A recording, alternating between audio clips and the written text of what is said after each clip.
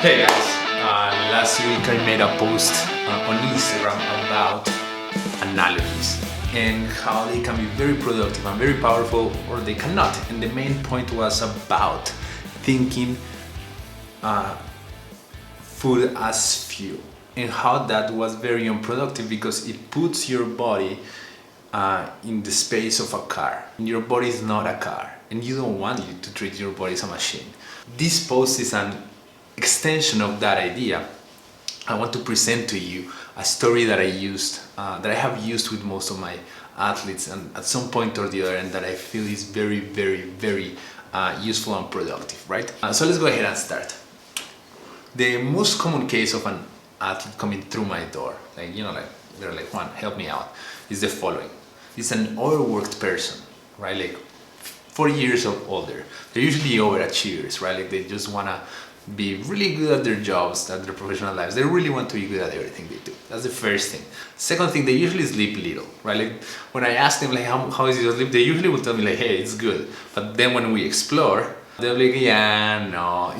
They always start with like 7 hours, and then when we look at hours, like really what's going on, we find out that they're like spending in bed maybe 6.5 hours, maybe 7, and they're usually really only sleeping 6 to 5, and most of the nights they're waking up in the middle of the night thinking about work or whatever, right? And so sleeping little. Third thing is they're eating somewhat okay, right? Like this is not people that is like eating McDonald's all the time or having Twinkies for breakfast, but the normal lunch / breakfast is a Starbucks coffee with a Starbucks sandwich, right? Like it's somewhat okay. It's kind of random. The fourth thing is that they're very frustrated with their body in some way, shape, or form. Usually they don't like how they look. The vast majority wants to lose weight or fat, and most don't like how they feel and perform, right? Like, so their state within their bodies is very annoying. They feel tired all the time, and so there's a lot of frustration there. And the last thing is that they all have ambitious goals, right? Like they want to like run an Ironman, change their bodies completely, or they have had 4 kids and they want to like look like as if they didn't, right? Like there's a lot of ambition there, which is all awesome. And those are the 5 characteristics, the most common characteristics, right? And when they come to me, they already most of them have a solution in mind. Like even if it's a guy trying to gain muscle, and the solution usually involves exercising more and eating less. That is by default what they think they need, right? Like I could eat better, and most of the time that means eating less, and I want to exercise more. Just make me exercise more and eat less. And like kind of the thought under all that is that I'm gonna make them do somehow, like we're gonna force them to do that, right? And so when I was a younger coach and I didn't have the skills to like listen and understand, I would get frustrated. I'm like, how is this a solution, right? Like you're overworked, sleeping little, eating pretty much like shit, and you think that the solution to that situation, like that context of scarcity of health, of deficit, where like all your body is telling you like, hey, you're overworked, I'm tired, I'm not producing. The solution to that is to eat less and move more. Like how is that, right? That frustration there happens to me. I know exactly where that comes from, and I also understand it very well. I've been there. Mostly comes from the calories in, calories out idea, because all our thinking about fitness and nutrition is mostly guided to lose weight. It comes from the idea of like, if you want to lose weight, you have to burn, like you have to put, this is as simple as this, you have to put less mass in than the one that you're pooping out, right? Like to put it in crass terms. And it comes from there. And one of the things that is hard to explain to a person is that the CICO, the calories in, calories out concept, even though true, is nuanced and is way more complicated than it seems, right? And so the first example that I used to give to people, and this didn't work very well, but it worked to some degree, was imagine you want to be rich. Your friend comes and tells you, I have the solution for you. The solution for you is that you're gonna earn more money that you spend.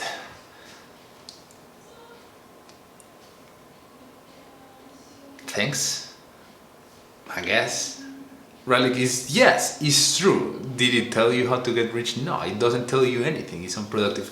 Calories in, calories out is a little bit there, but it's also more complicated than that. The science behind it, like people will tell you, like, is the law of thermodynamics. They don't know thermodynamics, but it doesn't matter. That's what they tell you, and it's a little bit more nuanced than that, right? Like the problem is, for example, that the way we measure the calories of a food.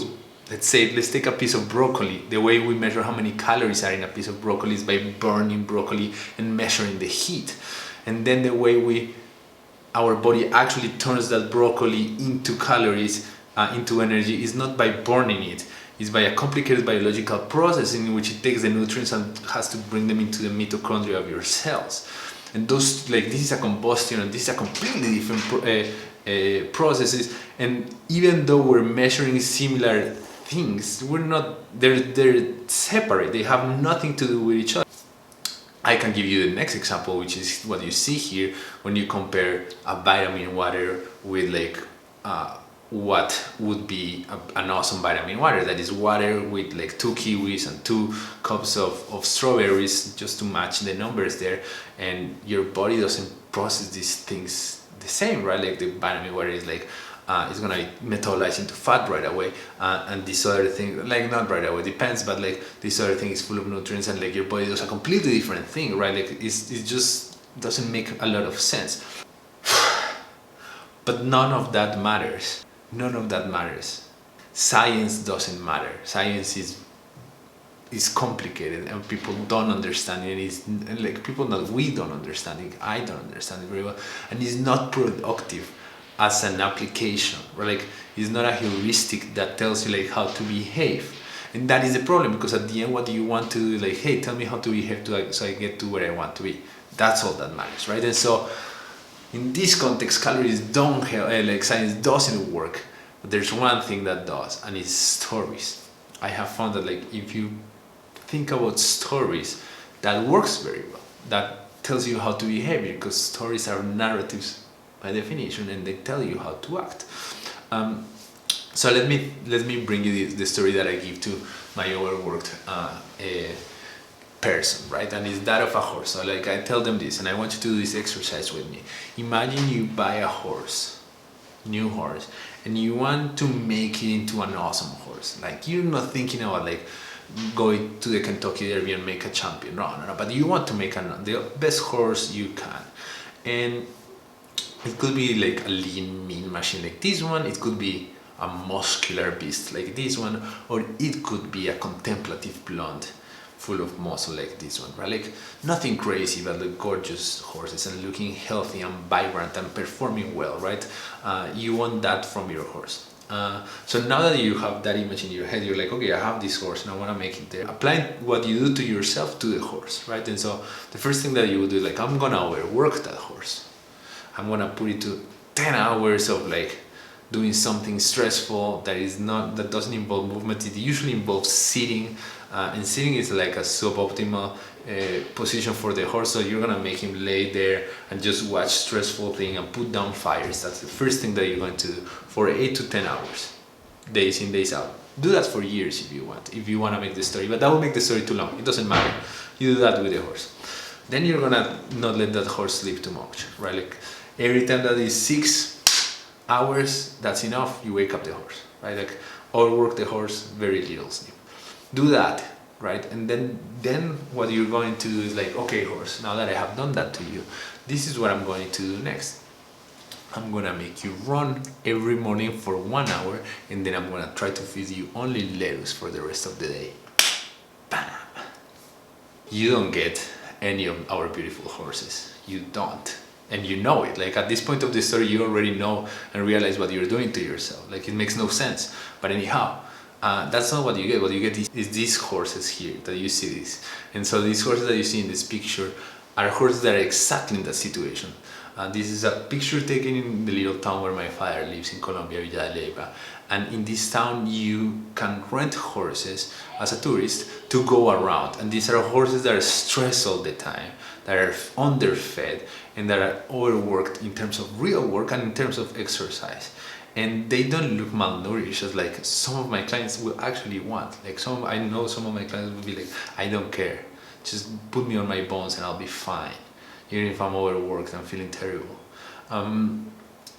That's not how they look. They look like this. They look like horses that are overworked, tired all the time, lethargic. They cannot run. Like I have tried to make those horses run when I was a kid. You know, I was like, I paid like I don't know how many dollars for an hour. Why doesn't this horse run? Because they can't. They're like, right? That's where you end.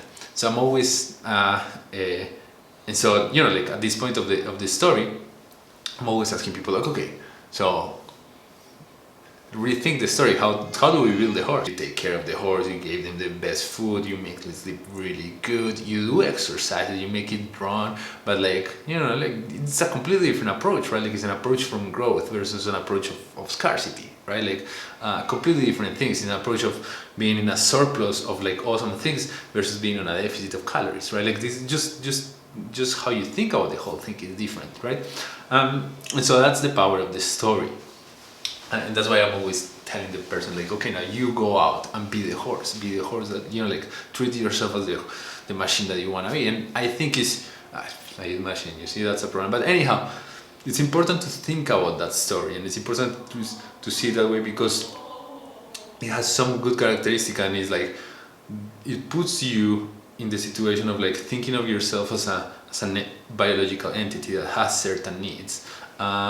And it allows you to like look at you with detachment, right? Which is so important because as you see there, the paradigms and the cultural prejudices that we have are not going to interfere. You're not going to be thinking, I need a caloric deficit for my horse because he's, you know, like overdoing it, right? Like none of that comes to mind.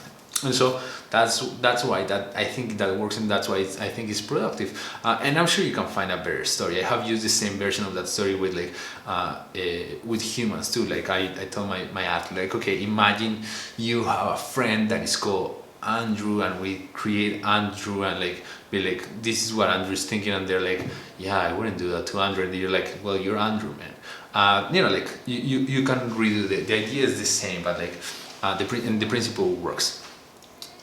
So be the horse. That is the conclusion of this video. However, let me finish with one last thing that I think is important, and is if you want to be healthy and if you want to look awesome, have a vibrant body, and like go out and exercise and look, you know, like the body of a person that is, you know, like an athlete, and you know, like, and so on, and what you're doing to get there is to putting yourself in a place of deficit, you're not gonna get there, right? Like it just doesn't work. Like you cannot pretend that your body is gonna function amazingly well, that you're gonna produce the best quality work from your brain, be the best worker if you're in a place of deficit. Just think it for a second.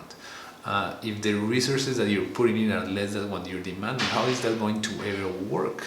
And I understand, I know everything about like how much to eat and all that, like don't get me wrong for a second, but how is deficit like as a practical thing going to work? Don't put yourself into a place of deficit, right? Like just think, how is that going to work?